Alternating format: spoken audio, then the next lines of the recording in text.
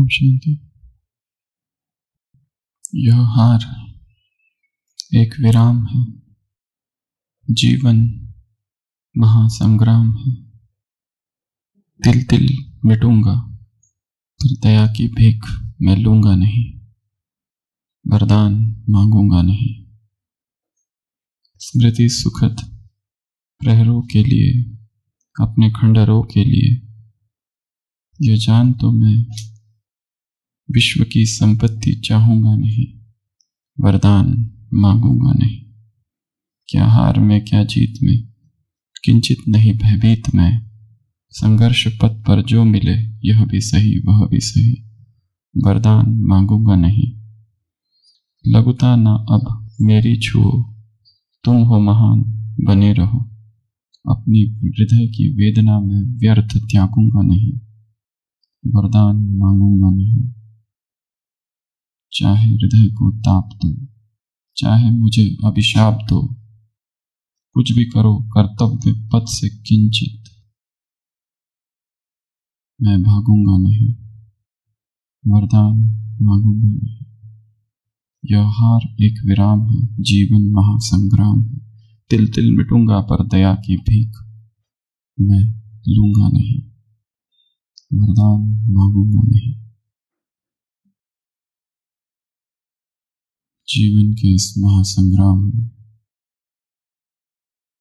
विजयी हूं, विजयी था, विजयी हूं, विजयी रहूंगा। सम्राट था, सम्राट हूं, सम्राट रहूंगा। भिक्षा पात्र फेंक दो,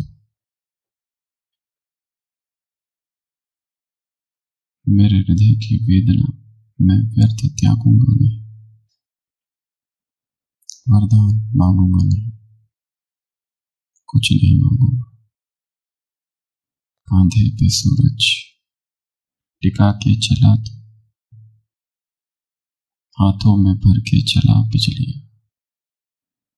तूफान भी सोचे जिद तेरी कैसी, ऐसा जुनून है किसी में कहा। बहता चला तो, उड़ता चला तो, जैसे बेधड़क आंधिया। बहता चला तो, उड़ता चला तो, जैसे उड़े आंधिया। मंजर है ये नया, मंजर नया, मंजर है ये नया, कि उड़ रही है बेधड़क सी आंधिया। कांपते थे रास्ते लोहे के बस्ते, बस्तों में तो भर चला आसमां। आएगी सदियां जाएगी सदियां, रह जाएंगे फिर भी तेरे निशान।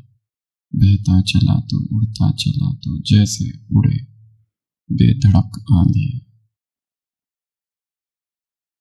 मंजर है ये नया, मंजर नया, कि उड़ रही है बेधड़क सी आंधिया, कि उड़ रही है बेधड़क सी आंधिया। स्वयं को शक्ति से भरना अर्थात शक्तिशाली संकल्पों से भरना।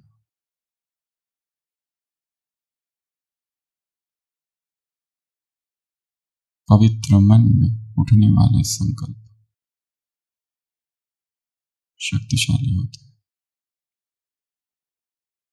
पवित्र मन के साथ जो संकल्प है वो सिद्ध होते हैं। तो स्वयं को सशक्त बनाने की ये यात्रा है, सेल्फ एम्पावरमेंट। और उसके लिए हमारे पास सबसे पावरफुल जो टूल है वो है मुरली।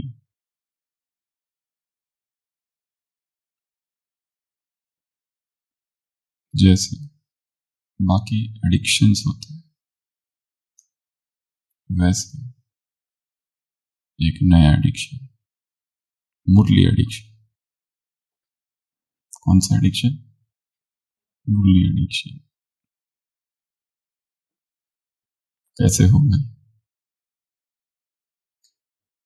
नशा। एडिक्शन अर्थात वो चाहिए, अगर नहीं मिला तो बेचैनी होती है, कैसे भी करके चाहिए। 3-3 मास तक रिहैब सेंटर में रखते हैं, उसके बाद में जब लौटता है व्यक्ति तो भी क्रेविंग पूरी तरह नहीं गई, इतनी इंटेंस क्रेविंग, तलब। Study addiction. कौन सा एडिक्शन? Study addiction. कांपते थे रास्ते लोहे के बस्ते, बस्ते होते हैं स्टूडेंट बैग, बुक्स रहती है जिसमें, books addiction. Love for books. कांपते थे रास्ते लोहे से बस्ते, और बस्तों में तू भर चला आसमां। बैग में क्या है? स्कूल बैग में आसमां पूरा। आएंगी सदी, जाएंगी सदी, रह जाएंगे फिर भी तेरे निशान।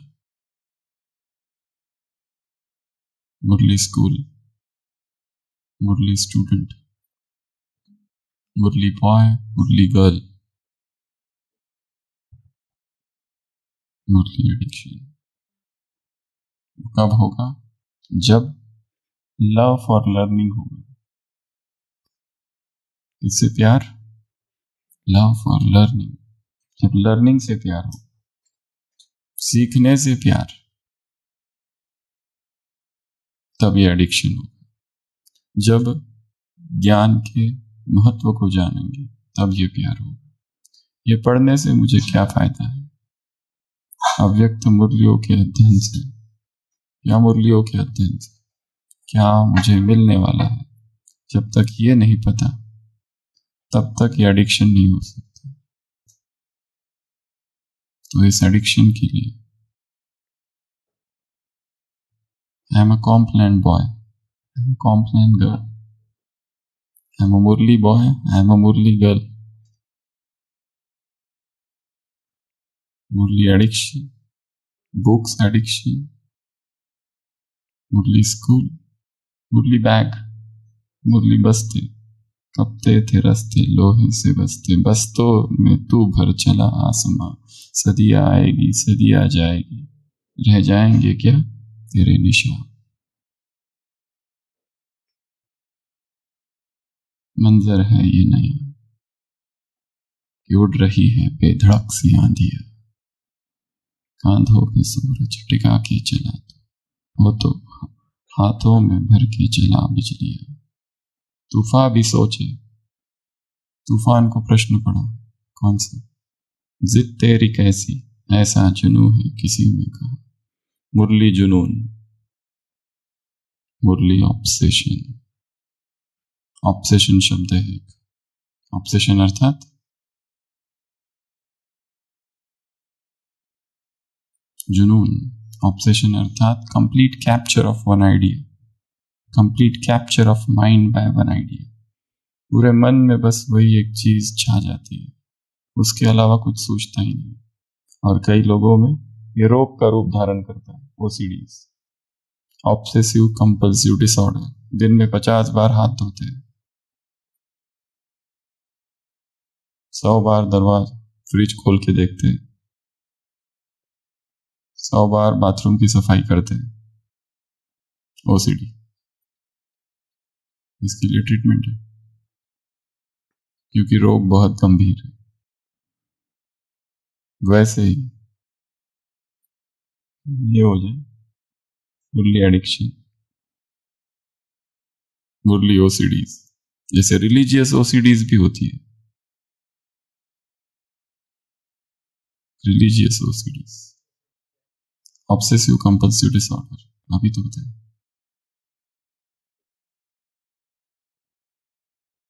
साफ करते रहते हैं, करते रहते हैं, दिन में 50 बार पोछा मारते हैं।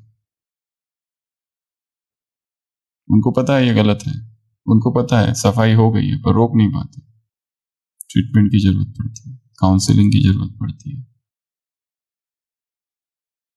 उसी तरह क्या हो जाए? मुरली एडिक्शन, मुरली ऑब्सेशन, कि अपने आप ही पढ़ते रहो, समझते रहो। Love for learning, love for learning.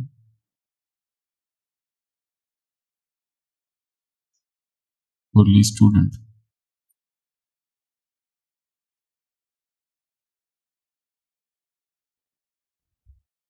ये तभी होगा जब हम जानेंगे इसका महत्व क्या है।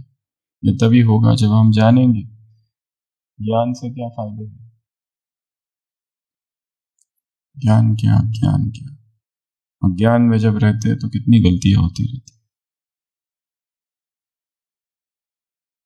जब ज्ञान हो जाए तो बहुत खुशी होती है। इसलिए keep learning, start learning, keep learning. और लर्निंग में भी क्या करना है, नयापन लाना है।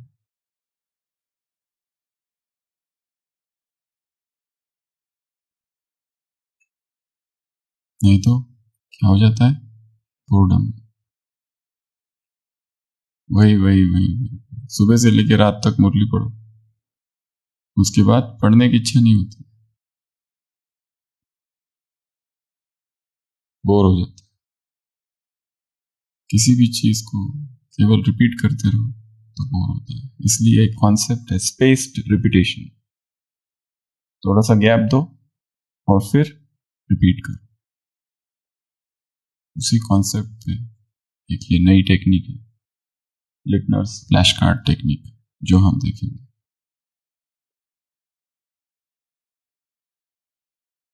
उससे पहले पहली मुरली, पहले तो आज टेस्ट है। आज की टेस्ट की मुरली की डेट है 12/7/72 की।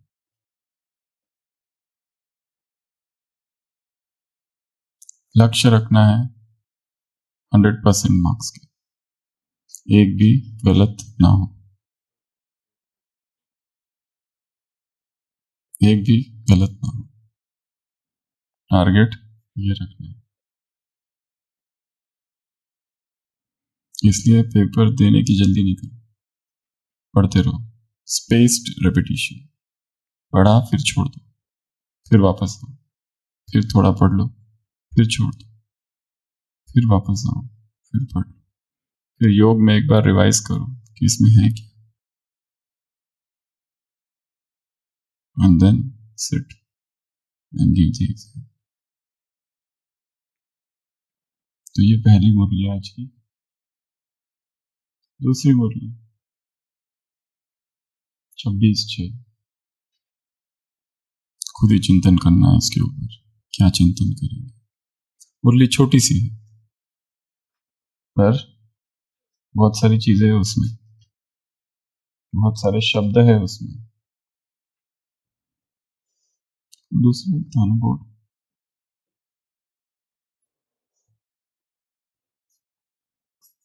परफेक्ट, स्पिरिचुअल परफेक्शन पर मुरली है। मुरली किस पर है, स्पिरिचुअल परफेक्शन। तो परफेक्शन अर्थात, परफेक्ट अर्थात नो डिफेक्ट,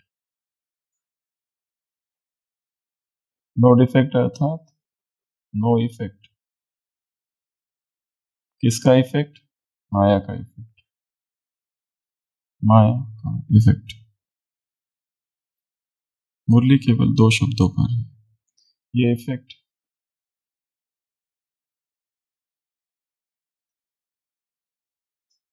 क्यों पड़ता है, रीजन ये खुद ढूंढो। और दूसरा, कहां पर पड़ता है, वेर, मनसा वाचा कर्म।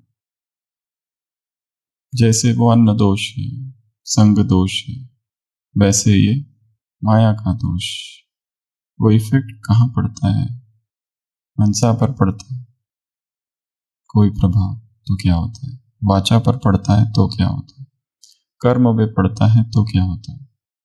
मनसा वाचा कर्म नाम तीन इफेक्ट। कब, क्यों पड़ता है, बाबा ने कहा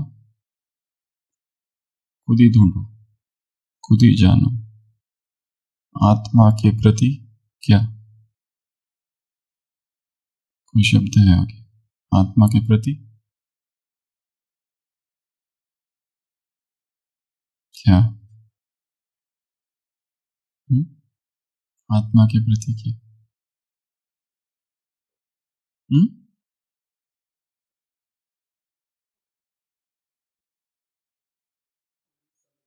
पूरी समझ क्या है? आत्मा के प्रति पूरी समझ। वो इफेक्ट कहां से पड़ रहा है? समस्या है, समय, संस्कार, किसकी वजह से पड़ रहा है ये इफेक्ट? कोई ना कोई प्रभाव पड़ रहा है। इफेक्ट शब्द को हटाओ, प्रभाव को लाओ। किसका प्रभाव पड़ रहा है? जैसे ही कोई प्रभाव उस पर पड़ता है वैसे ही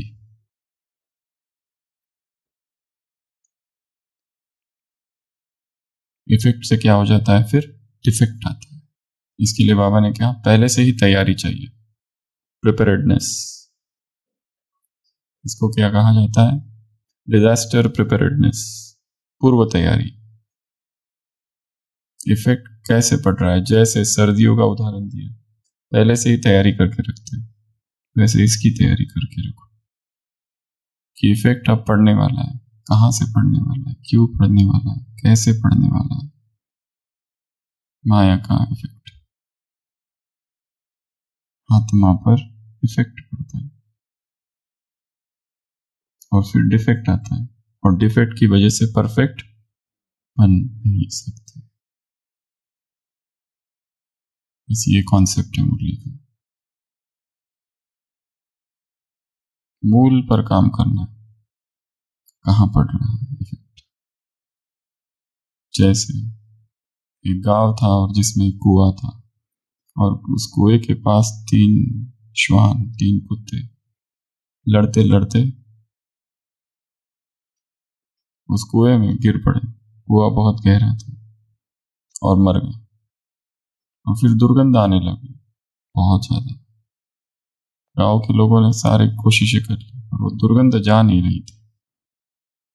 और फिर किसी ने कहा गांव के बाहर कोई संत आए हैं, कोई योगी पुरुष, उससे जाकर मिलते हैं, सारी कहानी सुनाते हैं और कहते हैं गांव में सब तरफ बहुत दुर्गंध छाई हुई है, क्या करें? संत सोचते हैं क्या किया जाए। वो कहता है सबसे पहला जाकर गंगा जल डालो उसमें। तो कई बकेट भर भर के गंगा जल डालते हैं, परंतु समस्या वैसी की वैसी। फिर जाते हैं संत के पास, संत को कहते हैं कि समस्या तो जस की तस। वो कहते हैं अच्छा, एक काम करो, कथा करो। श्री राम कथा पतित पावनी है, ऐसा हो ही नहीं सकता कि कथा करो और दुर्गंध ना जाए। कथा की जाए, भव्य कथा होती है, पर समस्या तो जो क्या थी हो। फिर जाते हैं, संत कहते हैं अच्छा, एक काम करो, प्रसाद बांटो, उसमें पुण्य होता है। प्रसाद बांटा जाता है। समस्या जस की तस।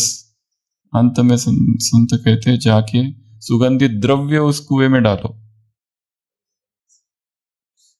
तो दुर्गंध खत्म हो जाएगी। डालते पर दुर्गंध जस की तस। संत कहते हैं आप लोगों ने बताया था वहां 3 कुत्ते गिरे थे, उनको निकाला कि नहीं? वो कहते ना तो आपने बताया और ना ही हमने निकाला।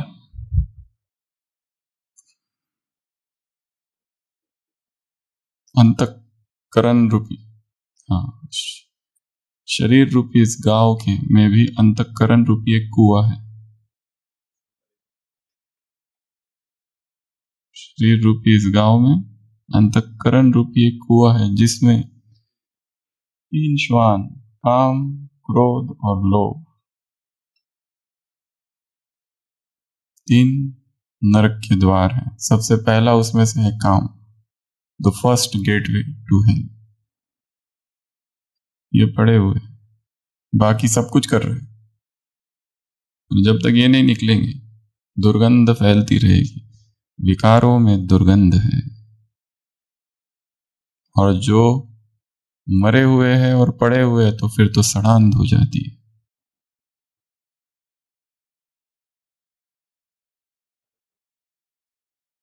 और जो आसपास रहते हैं उनको आदत भी हो जाती है फिर उसी की।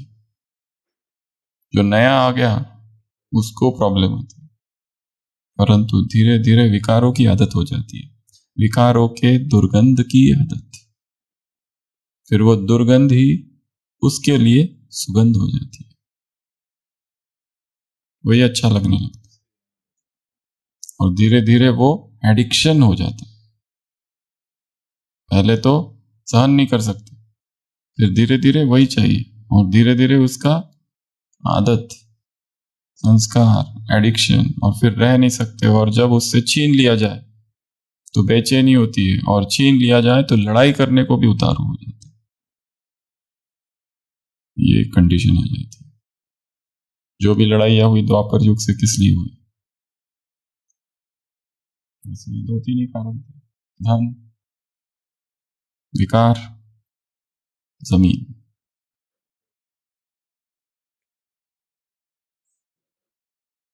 क्या कहा बाबा ने इस मुरली में? अपने आप को बचाओ। किससे बचाओ? इस प्रभाव से बचाओ। इफेक्ट प्रूफ बनो। क्या बनो? Effect proof.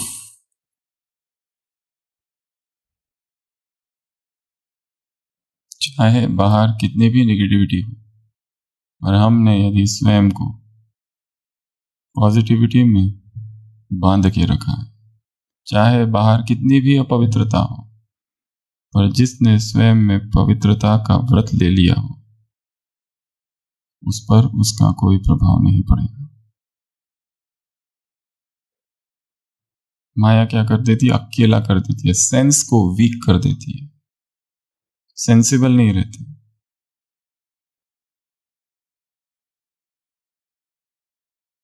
और सेंसिबल नहीं तो सक्सेसफुल भी नहीं।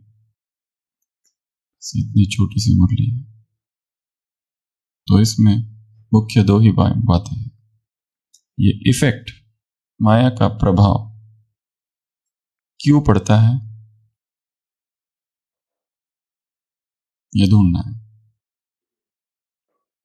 कब पड़ता है, कहां पड़ता है, यही प्रश्न है। तो इस पर आज चिंतन करना है कि मुझ पर माया का प्रभाव कब, क्यों, कहां, कैसे। कल जो प्रश्न थे ना, 5 I, 1 husband, H, Kipling method, यहां लगाना। एकांत में बैठ के खाली मुरली नहीं पढ़ते बैठना है, सोचना भी है उसके ऊपर, चिंतन भी करना है।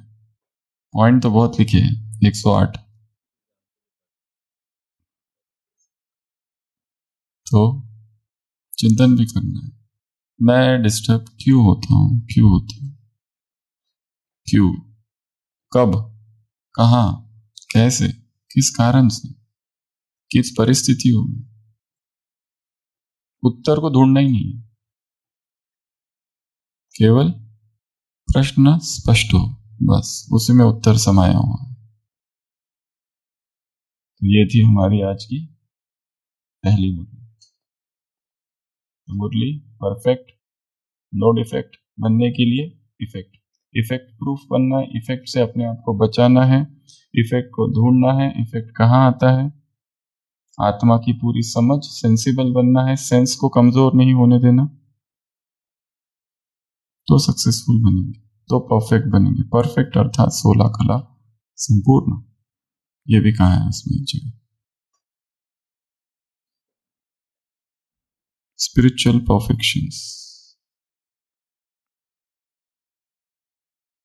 be ye perfect even as your Father that art in heaven is perfect. Perfect कैसे बनो? जीसस कहता है जैसे तुम्हारे पिता परफेक्ट है वैसे तुम भी परफेक्ट बनो।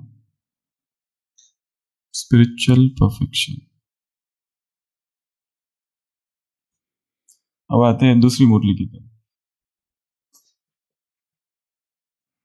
एक जर्मन साइंटिस्ट, साइंस जर्नलिस्ट था 1970s, जिसका नाम था सेबेस्टियन लिटनर। 1970s में एक जर्मन साइंस जर्नलिस्ट, जर्नलिस्ट कई प्रकार के होते हैं, एक साइंस जर्नलिस्ट होते हैं, वो केवल साइंस की बातें लिखते हैं। एक पॉलिटिकल जर्नलिस्ट होते हैं, केवल पॉलिटिक्स पर लिखते हैं। स्पिरिचुअल जर्नलिस्ट भी होते हैं, जैसे हमारी यज्ञ में स्पिरिचुअल जर्नलिस्ट। रिलीजियस जर्नलिस्ट, तो वो एक साइंस जर्नलिस्ट था, सेबेस्टियन लिटनर, उसने ये टेक्निक निकाली। और इस टेक्निक में एक मुख्य सिद्धांत है, वो है स्पेस्ड रेपिटेशन। मतलब आप जो रिपीट करोगे तो बीच में क्या देना है, गैप। ऐसा नहीं कि एक मुरली अभी पढ़ लिया, अभी सेकंड टाइम, फिर थर्ड टाइम, फिर फोर्थ टाइम, ऐसा नहीं करना है, कंटिन्यूस नहीं पढ़ना है, गैप। तो इसमें आज क्या करना है, 3 बॉक्स बनाने हैं। क्या करेंगे, 3 बॉक्स या 3 कटोरियां ले लो, अगर नहीं बॉक्स कुछ भी लो, पर 3 कंटेनर चाहिए अलग अलग।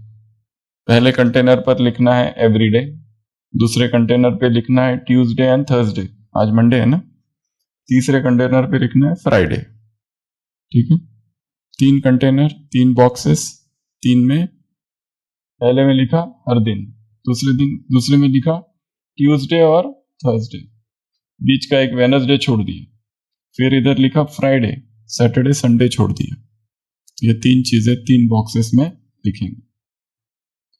इस मेथड को कहा जाता है Leitner's flash card technique of learning, और बहुत स्ट्रांग, बहुत पावरफुल टेक्निक है ये। जो भी यूपीएससी एस्पिरेंट्स या फिर जो भी कॉम्पिटिटिव एग्जाम्स देने वाले हैं, सीए की एग्जाम, मेडिकल की एग्जाम, जो भी सीए की जितनी एग्जाम्स है, मैथमेटिक्स, इंजीनियरिंग की, ये टेक्निक बहुत स्ट्रांग है, बहुत काम की है। तो आज 10 फ्लैश कार्ड्स बनाने हैं। क्या बनाएंगे, 10 फ्लैश कार्ड्स, लोकल भाषा में चिटकिया, कागज की छोटी छोटी चिटकिया। फ्लैश कार्ड थोड़ा हेवी शब्द है, तो कागज की चिटकिया। और उसमें क्या करेंगे, 10 प्रश्न हैं, और प्रश्न के उत्तर भी हम आपको बता रहे हैं अभी, पर केवल उसमें प्रश्न लिख देंगे। ठीक है, 10 प्रश्न लिखेंगे, किस में डालेंगे, इस बॉक्स में डाल देंगे। उत्तर भी पढ़ लेंगे, उत्तर उसमें नहीं लिखना है, पर उत्तर आपको पता चाहिए, उत्तर हम अभी बताएंगे आपको। वो 10 प्रश्न डाल दिए उसमें, फिर सीधा कल उसमें से कोई भी एक चिटकी निकालो और प्रश्न पढ़ो, और उत्तर क्या है याद करने की कोशिश करो। वो 10 की 10 चिट्ठी निकाल कर, अगर जिस चिटकी का उत्तर हमको पता नहीं, उस चिटकी को पीछे डाल दो वापस। पहले तो यहां डाल दिया 10, तो पहले यहां डाला, अगर उत्तर पता है तो वो चिटकी आगे चली जाएगी, यहां करेक्ट आंसर, करेक्ट, तो यहां आगे चली जाएगी। फिर ट्यूसडे को उसको हमने फिर से निकाला एक एक करके, उत्तर पता है तो वो चिटकी आगे चली जाएगी। ऐसे 5 भी बना सकते हैं, 3 5 पर आगे आगे जाती है। अगर उत्तर नहीं पता तो वो पीछे चली जाएगी, उत्तर पता है तो आगे चली जाएगी। पहले बॉक्स से कहीं पीछे नहीं जाएगा। वो आज है मंडे, पहला दिन, तो आज का जो प्रश्न है, वो ये जो सेकंड मुरली है 11/7 की, उसमें से ये 10 प्रश्न है। तो 10 प्रश्न आपको बता रहे हैं और साथ में उत्तर भी बता रहे हैं। फिर एक बार इस मुरली को पढ़ना है, ताकि वो प्रश्न कहाँ से लिए गए और उत्तर क्या है और अच्छे से समझ में आ जाए। और प्रश्न लिखकर चिटकिया डाल देनी है, फिर उसको पढ़ना नहीं है। फिर सीधा कल उसको निकाल के देखो इसका उत्तर क्या था, और टाइम स्पेस्ड 10 मिनट के अंदर, बस ज्यादा टाइम नहीं देना है, केवल 10 मिनट में एक चिटकी निकाली। उत्तर पता है आगे, उत्तर पता है आगे, उत्तर नहीं पता पीछे, उत्तर नहीं पता पीछे, उत्तर पता है आगे, उत्तर नहीं पता पीछे, फिर वो हटा दो, फिर वापस मुरली जाके पढ़ लो और उत्तर ढूंढो क्या है। पहला प्रश्न है, ज्ञानी और अज्ञानी में क्या अंतर है। पहले तो वैसे ही बताओ चिंतन से, ज्ञानी और अज्ञानी में क्या अंतर है, शिवानी में, ज्ञानी और अज्ञानी में क्या अंतर है। उसमें अ है, ज्ञानी अज्ञानी में क्या अंतर है, मंजू बहन। वो हो गया दूसरा आपका उत्तर। ज्ञानी समझदार और अज्ञानी बेसमझ होता है। उस मुरली में भी है, माया का इफेक्ट जब पड़ता है तो माया दो चीजें कर देती है, बेसमझ बना देती है और अनजान बना देती है। तो चिमन भाई, ज्ञानी और अज्ञानी में क्या अंतर है?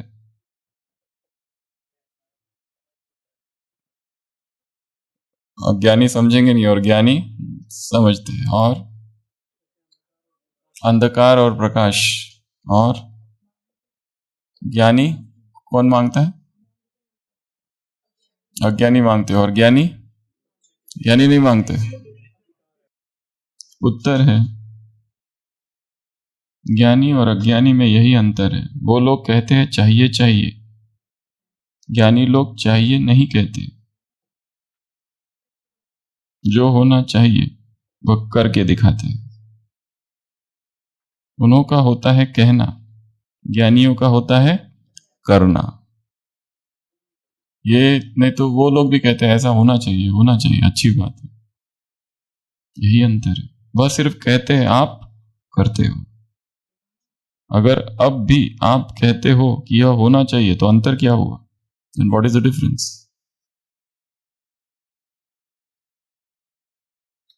तो पहला प्रश्न क्या है? ज्ञानी और अज्ञानी में क्या अंतर है? तो चिटकी पर ये लिखा, ये लिख देना है, ज्ञानी अज्ञानी में क्या अंतर है। ऊपर मुरली की डेट, प्रश्न, चिटकी डाल दो। अब ये प्रश्न कब पढ़ेंगे? कल, फिर परसों। अगर उत्तर पता है तो बहुत अच्छा, आगे डाल दो उसको। नहीं पता तो पीछे, आगे पीछे होते रहेगा। दूसरा प्रश्न, संगम युग की विशेषता क्या है आशीष भाई? पद्मों में हर कदम में पदम जमा होता है, और मौजों का युग। और संगम युग की विशेषता क्या है? परमात्मा मिलन होता है यहाँ पर, और भगवान को अपना बनाने का, भगवान के साथ रहने का, भगवान को अपना बनाने का। इस समय भगवान तुम्हारी मुट्ठी में है। God is at your beck and call. हजूर हाजिर है। और अनुभूतियों का युग, 21 जन्मों का नहीं, अभी का बताओ। वर्षा कौन सा मिलता है? कल की मुरली, संडे की, पवित्रता का नहीं, कल रात की मुरली। शक्तियों का अधिकार, शक्तियों का वर्षा। और संगम युग की विशेषता, वो मुरली का नहीं बताना है, वो तो मुरली का उत्तर है। चिंतन बताना है पहले, आपने नहीं पढ़ के बताया। मुरली में क्या है? मुरली में नहीं, संगम युग की विशेषता, सर्व प्राप्तियों का युग, कमाई का युग, धर्माओ युग, पुरुषोत्तम युग, प्रभु मिलन का युग, गुप्त युग, लीप युग, हाँ, प्रत्यक्ष फल, अभी के अभी, तुरंत, ताबड़तोड़, अभी किया और अभी, हर संबंध निभाने का, बाप से हर संबंध निभाने का युग, जमा करने का युग। इस संगम युग की विशेषता है कि यह संगम युग का हर सेकंड मधुर मेला है, जिस मेले में आत्माओं का बाप से मिलन होता है। यह विशेषता और कोई युग में नहीं है, वह यही है। तो क्या याद रखेंगे? मधुर मेला। कब? एवरी सेकंड, मधुर मेला। ये उत्तर याद रखना है। तो आज 10 प्रश्न निकाल के फर्स्ट बॉक्स में डाल देंगे। आज ही एक बार निकाल के देख लो, फिर उसी में रख दो, फिर आगे बढ़ाते जाओ धीरे धीरे। जो सदा मिलन में रहेगा उसकी निशानी क्या होगी? उत्तर, उत्तर अर्थात चिंतन से, मुरली से नहीं, खुशी रहेगी। सदा मिलन, सदा ही मिलन हो रहा है, प्रतिपल मिलन हो रहा है, कहीं जाने की आवश्यकता ही नहीं है। माया के मिलन से मुक्त, और अतीन्द्रिय सुख का अनुभव, और व्यर्थ से मुक्त। ढेर सारे उत्तर आ सकते हैं। मुरली में उत्तर है, वह सदैव मिलन में मगन होगा, वह कभी भी विघ्नों में नहीं होगा। मिलन विघ्न को हटा देता है, वह विघ्न विनाशक होगा। और यदि विघ्न आते हैं तो उससे सिद्ध है कि मिलन नहीं हो रहा, तो मिलन में रहो। Eternal union, imperishable union.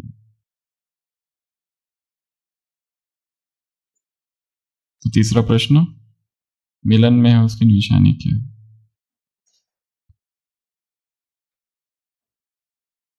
सारे कल्प के अंदर यह थोड़ा सा समय ही है जो बाप और बच्चों का मेला लगता है, तो इतने थोड़े समय के मेले को क्या करना चाहिए? एक सेकंड भी व्यर्थ नहीं गंवाना है। और 0 बफेलो जोन, ये जोन्स को भूलना नहीं है। बफेलो जोन अर्थात कंफर्ट जोन, टाइम वेस्ट कर रहे हैं जिसमें इधर उधर घूम रहे अननेसेसरी। थोड़ा सा समय है, इतने थोड़े से समय के मेले को क्या करना है? हर सेकंड मनाना चाहिए। बाबा ने वैसे के वैसे उत्तर, प्रश्न भी पूछा, उत्तर भी खुद ही दिया, एज इट इज है। हर सेकंड मनाना चाहिए। अगर लक्ष्य श्रेष्ठ और लक्षण साधारण, तो इसका कारण क्या है? लक्ष्य बहुत श्रेष्ठ है परंतु लक्षण नहीं दिखाई दे रहे। लक्ष्य तो रखा है स्टूडेंट ने, मुझे फर्स्ट आना है, टॉपर आना है, I am topper, I am winner, I am achiever, और रोज विजुलाइज करते हैं बैठ के और कहते भी है I am topper, I am winner, I am achiever, पर करते कुछ भी नहीं। प्लानिंग नहीं है, कोई प्रैक्टिकल प्लान नहीं है और कर नहीं रहे। तो बाबा ने पूछा है लक्ष्य और लक्षण में अंतर है, इसका क्या कारण है? प्राप्तियों की अनुभूति नहीं और दृढ़ता नहीं है। डेडिकेशन चाहिए, जुनून चाहिए, जोश, उसके प्रति स्वयं को डिवोट कर देना। दूसरी सारी चीजें बाजू रख दो। फिर जब हमने कहा है murli addiction, I am a murli boy, I am a murli girl, तो उसके प्रति पूर्ण समर्पण चाहिए, बस उसके सिवा और कुछ भी नहीं है।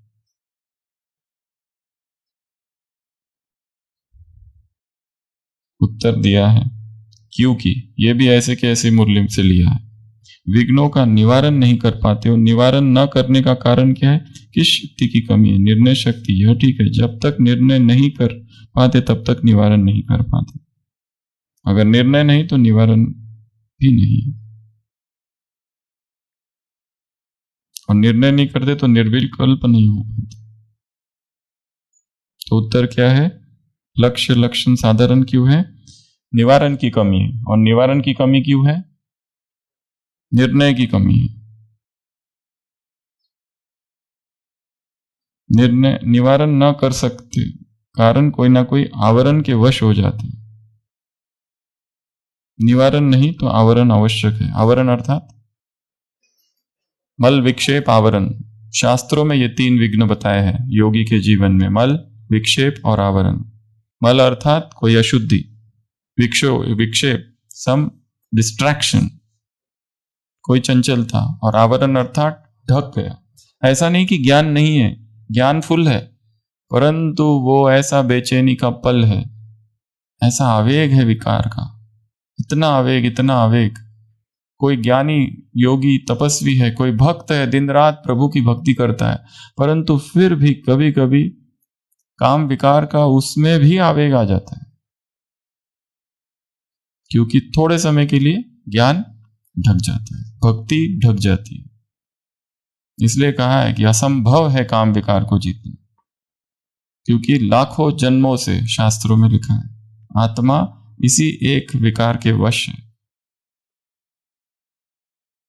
कोई भी हो, ऊपर से लेके नीचे तक, सबको उसने पछाड़ा है, कोई भी छूटा नहीं। फिर भी इसलिए वो कहते हैं कि सारे मार्ग कर लिए, अब ये एक ही मार्ग है भक्ति, बस गुणगान करते रहो, गुणगान करते रहो प्रभु का। हो सकता है उसकी कृपा हो जाए तो छूट जाएंगे। हरेर नाम, हरेर नाम, हरेर नाम केवलम, बस वो एक ही मार्ग है, और तो ये होता ही नहीं। कुछ भी करो, कितना शास्त्र पढ़ लो, ज्ञानी सब गिरते हुए दिखाए हैं।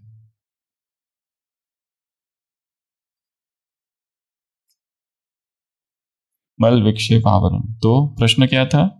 लक्ष्य लक्षण। क्यों? तो निवारण नहीं कर पाते। निवारण क्यों नहीं कर पाते? क्योंकि निर्णय नहीं कर पाते, और उसकी वजह से क्या होता है? माया का आवरण हो जाता है, ढक जाता है, बुद्धि विवेक नष्ट हो जाता है थोड़े समय के लिए, फिर जागृति आती है।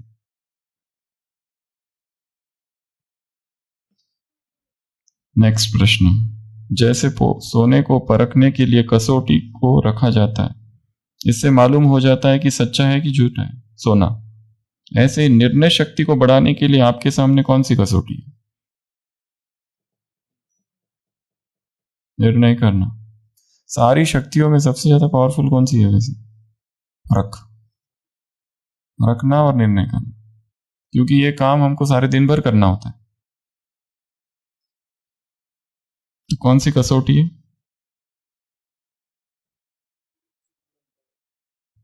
जो भी कर्म करते हो या जो भी संकल्प करते हो, साकार वाला नहीं है, अगर इस कसौटी पे रखो कि यह यथार्थ है कि यह अयथार्थ है, व्यर्थ है व समर्थ है, इस कसौटी पर देखने के बाद जो भी कर्म करेंगे वह सहज और श्रेष्ठ होगा। कुछ भी कर रहे हो तो क्या सोचो? यथार्थ अयथार्थ, सत्य असत्य, नित्य अनित्य, श्रीमत मनमत परमत, इसको छांटने आ जाना चाहिए बस। श्रीमत है, ये मनमत है, परमत है, दैट्स इट। पर बुद्धि भ्रमित हो जाती है। इसलिए कल की मुरली में क्या कहा था? बुद्धि की लाइन क्लियर, मन स्वच्छ, तो होगा ये काम। अगला प्रश्न, सब विघ्नों से मुक्त कब होंगे? उत्तर, जितना योग युक्त युक्ति युक्त होंगे उतना ही सर्व विघ्नों से मुक्त होंगे। अगला प्रश्न, सदा मुक्त किससे रहना चाहिए? तीन चीजें, देह, देह के संबंध और पुरानी दुनिया की स्मृति।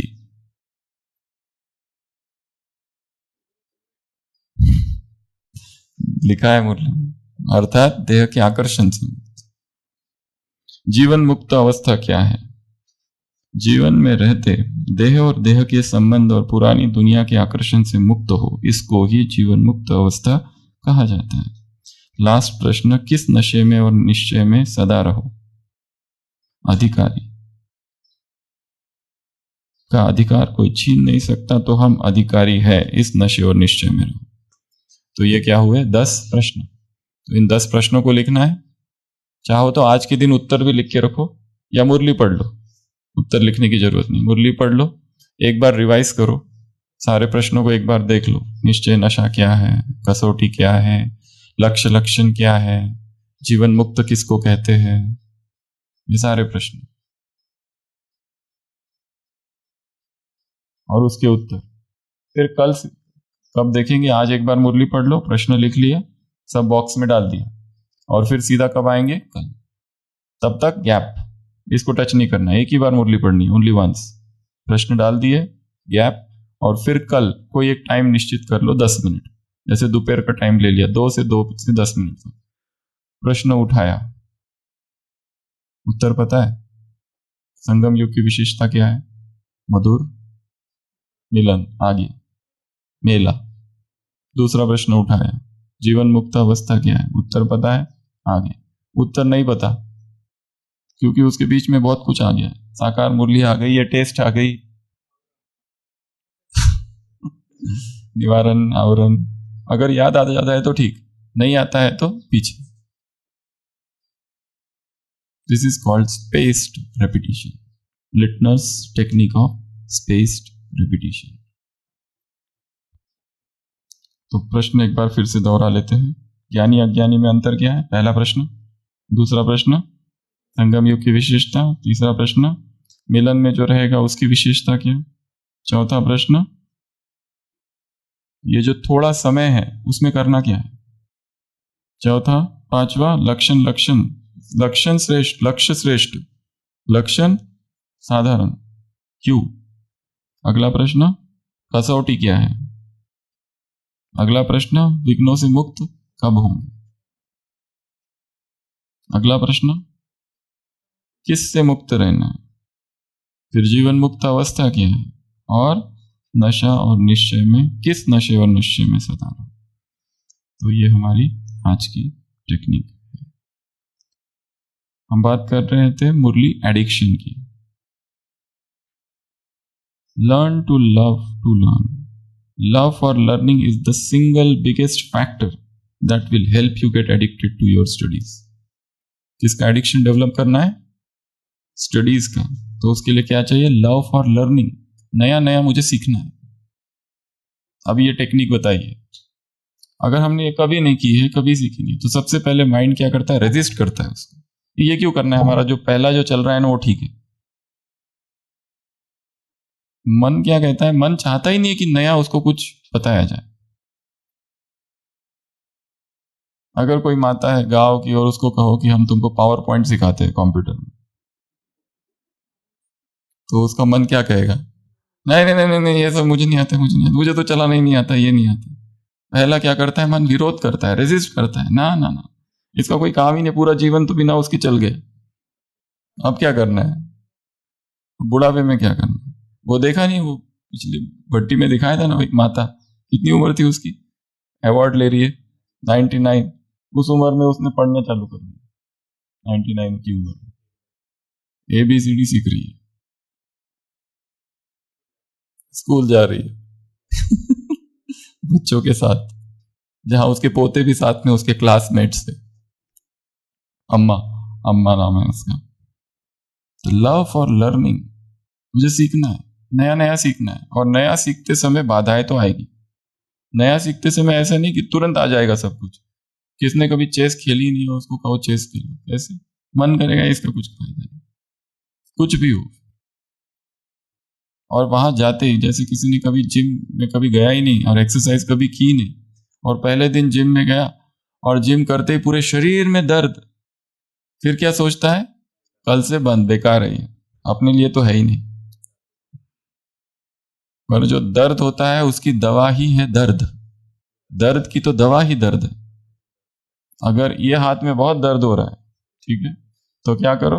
दूसरे दिन जाओ और करो, और पूरे शरीर को थका दो, तो ये पूरे शरीर में दर्द होगा। तो इस दर्द के सामने ये दर्द फीका पड़ जाएगा। डिस्ट्रीब्यूशन ऑफ पेन, इसको क्या कहते हैं? Distribution of pen.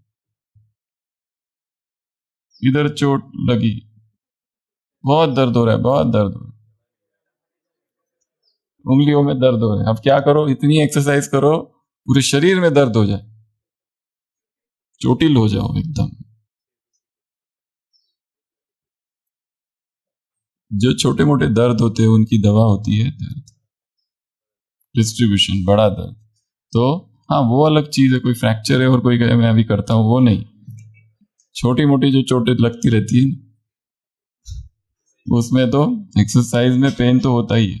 और एक मुरली पिछले धवल क्रांति में एक मुरली आई थी, जिसमें बाबा ने कहा था, यही उदाहरण भी दिया था, ये दर्द है बेदर्द बनने के लिए, ये दर्द है दवा, ये दर्द है दवा। और ये एक्सरसाइज के लिए कहा था, दर्द ही दवा है और दर्द है, ये दर्द बेदर्द बनाएगा। Distribution of pain. हाँ 10 का इसमें गिनती थोड़ी ना है, प्यार है। गिनती तो कौन करते, माला कौन जपते? जिनका प्यार कम है। मुरली में प्रश्न था ना, बाप के प्यार बेहद का है, उसको तुम किस में ला रहे हो? हद में ला रहे हो। जो अविनाशी है उसको विनाशी बना रहे हो संबंध को। Love it. Love for studies will help you focus on more on studies. It will make you feel like studying more. Addiction अर्थात थोड़ा, उस दिन कहा था ना निखिलेश भाई, पूरा कब पी जाता है, पूरा नशा कब चढ़ता है? 5 बातें होती है। 5 बातें बताओ, कौन सी 5 बातें हैं?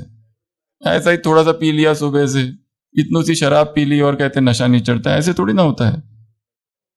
पूरा डोज बढ़ाओ, पहला उसकी फ्रीक्वेंसी बढ़ाओ, बार बार पीना पड़ता है, 2-2, 3-3 घंटे में पियो। लोगों को दिखना चाहिए ऐसे ऐसे झूमते हुए। और फिर नीट सॉल्यूशन होना चाहिए, कुछ भी मिक्स नहीं करना उसके साथ। और ऐसे पियक्कड़ों की थोड़ी महफिल ढूंढो, find the community like minded people. ऐसे अकेले में कमरे में चुपके से बैठ के पीने से थोड़ी ना काम चलता है। दोस्तों की महफिल ढूंढो, जो पिए हुए है पूरे एकदम, हमको तो दो दो दिख रहे हैं पर उनको तो चार चार दिखता है। ऐसे चाहिए अपने से थोड़े जो उस्ताद है इसमें जिनको महारत हासिल किया है, जिन्होंने experience seasoned.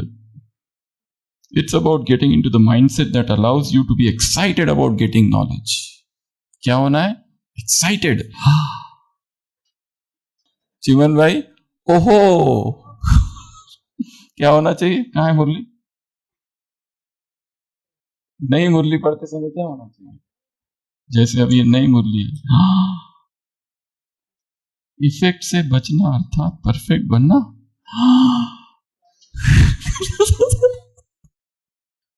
Excited, super excited. क्या होगा इसमें?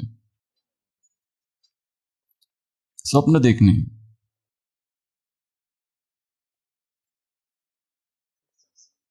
कुछ मिलता है तब स्वप्न देखते हैं। कोई कन्या होती है, वो अपने स्वप्न में किसी भिखारी को थोड़ी ना देखती है। किसको देखती है? एक राजकुमार घोड़े पे सवार होके आ रहा है।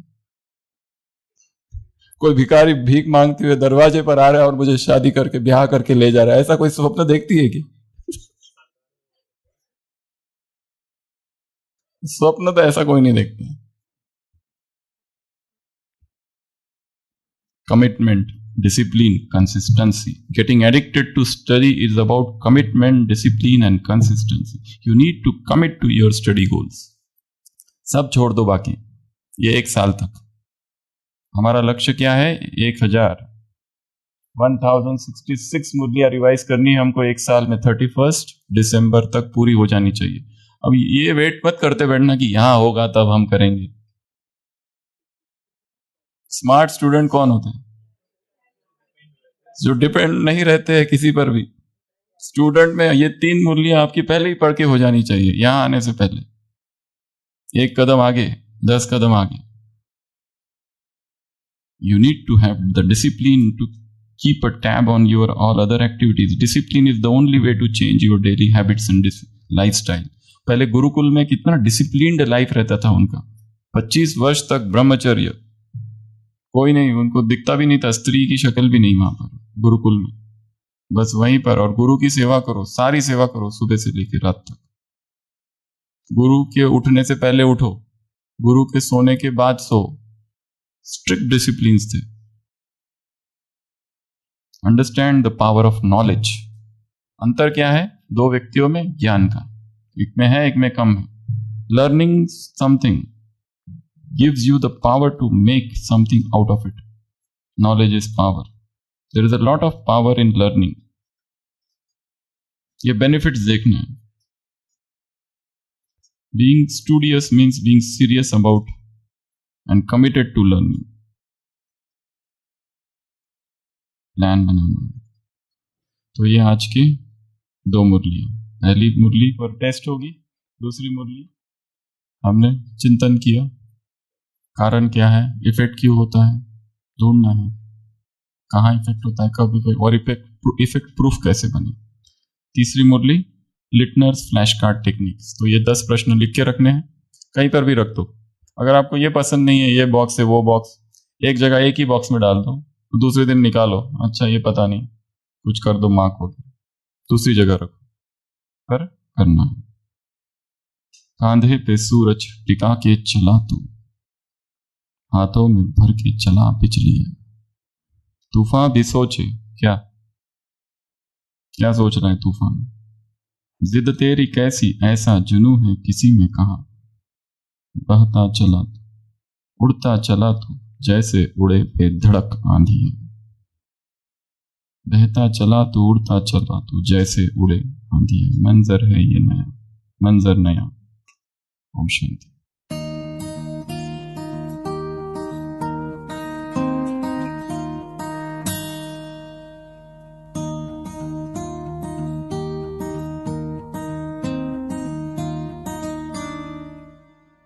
कांधे पे सूरज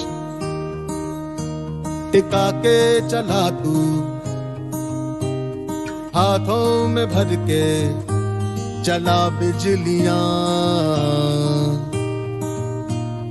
कांधे पे सूरज टिका के चला तू, हाथों में भर के चला बिजलियां। तूफान भी सोचे जिद तेरी कैसी, ऐसा जुनू है किसी में का। बहता चला तू, उड़ता चला तू, जैसे उड़े बेधड़क आंधिया। बहता चला तू, उड़ता चला तू, जैसे उड़े आंधिया। मंजर है ये नया, मंजर नया, मंजर है ये नया, कि उड़ रही है बेधड़क सी आंधियां। मंजर है ये नया, मंजर नया, मंजर है ये नया, कि उड़ रही है बेधड़क सी आंधियां।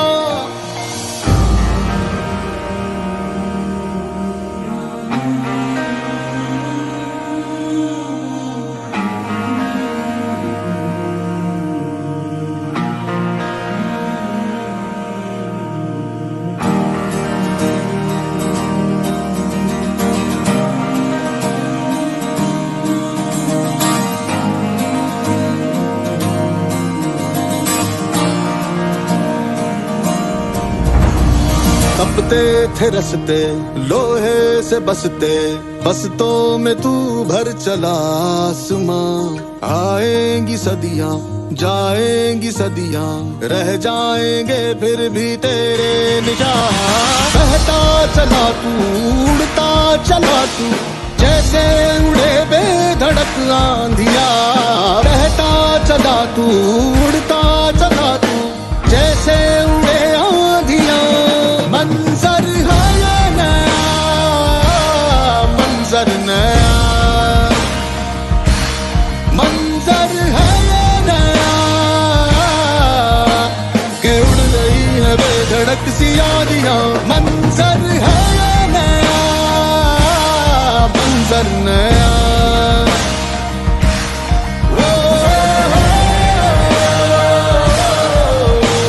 कि उड़ रही है बेधड़क सी आंधियां।